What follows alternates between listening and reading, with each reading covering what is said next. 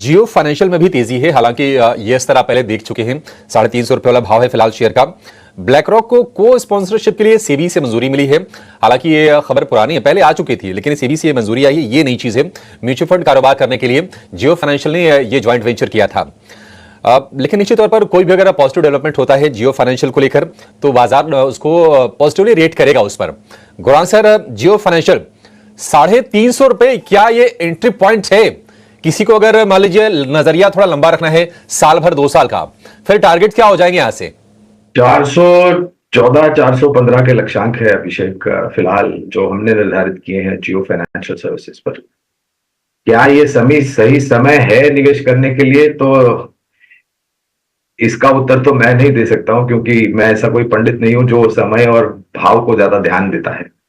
मैं ये ध्यान देता हूं कि निवेश करके आप कितनी लंबी अवधि तक निवेश रहना चाहते हैं, पहली बात। दूसरी बात, बुनियादी तर्क के आधार पर नतीजों को लेकर के क्या परिवर्तन आता है। और तीसरी और सबसे अहम बात, धीरे धीरे करके जिस प्रकार से अनुमतियां इस कंपनी को मिल रही है अपने कामकाज को जमीनी स्तर पर लागू करने के लिए, उसका रुझान आंकड़ों पर बेहतर आएगा, स्वाभाविक है।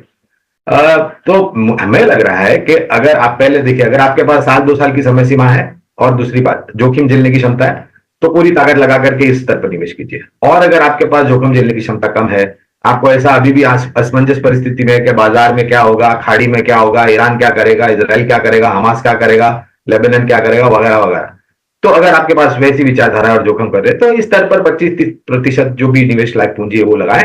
और अगर आपको भविष्य में गिरावट मिलती है तो और जुड़ते जाए।